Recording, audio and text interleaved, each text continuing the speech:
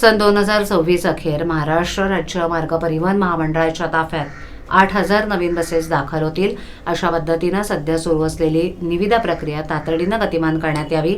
यामध्ये कोणतीही दिरंगाई सहन केली जाणार नाही, अन्यथा संबंधित अधिकाऱ्यांना जबाबदार धरून त्यांच्यावर कठोर कारवाई करण्यात येईल, असा सज्जड दम परिवहन मंत्री तथा एसटी महामंडळाचे अध्यक्ष प्रताप सरनाईक यांनी दिलाय.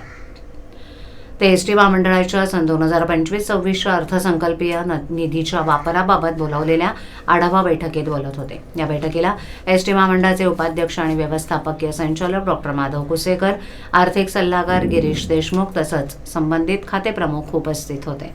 यावेळेला मंत्री सरनाईक यांनी एसटीच्या विविध विभागांकडून सुरू असलेल्या संथ आणि गुर्मगती कारभारावर तीव्र नाराजी व्यक्त केली. ते म्हणाले की सन 2025-26च्या अर्थसंकल्पात एसटीसाठी शासनानं 2,460 कोटी रुपयांची तरतूद केली आहे.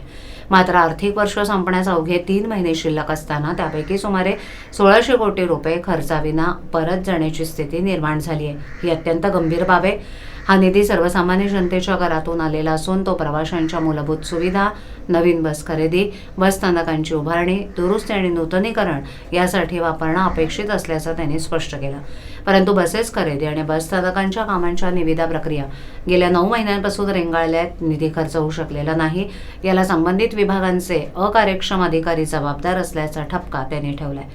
उर्वरित 3 महिन्यात जास्तीत जास्त निधी खर्च करून प्रवाशांसाठी आवश्यक असलेल्या पायाभूत सुविधा, नवीन बसेस, बसस्थानकं, प्रसाधनगृह इत्यादींच्या निर्मितीसाठी आवश्यक निविदा आणि प्रशासकीय प्रक्रिया तातडीनं पूर्ण करून प्रकल्पांना गती देण्याचे स्पष्ट निर्देश यावेळेला मंत्री प्रताप सरनाईक यांनी दिले.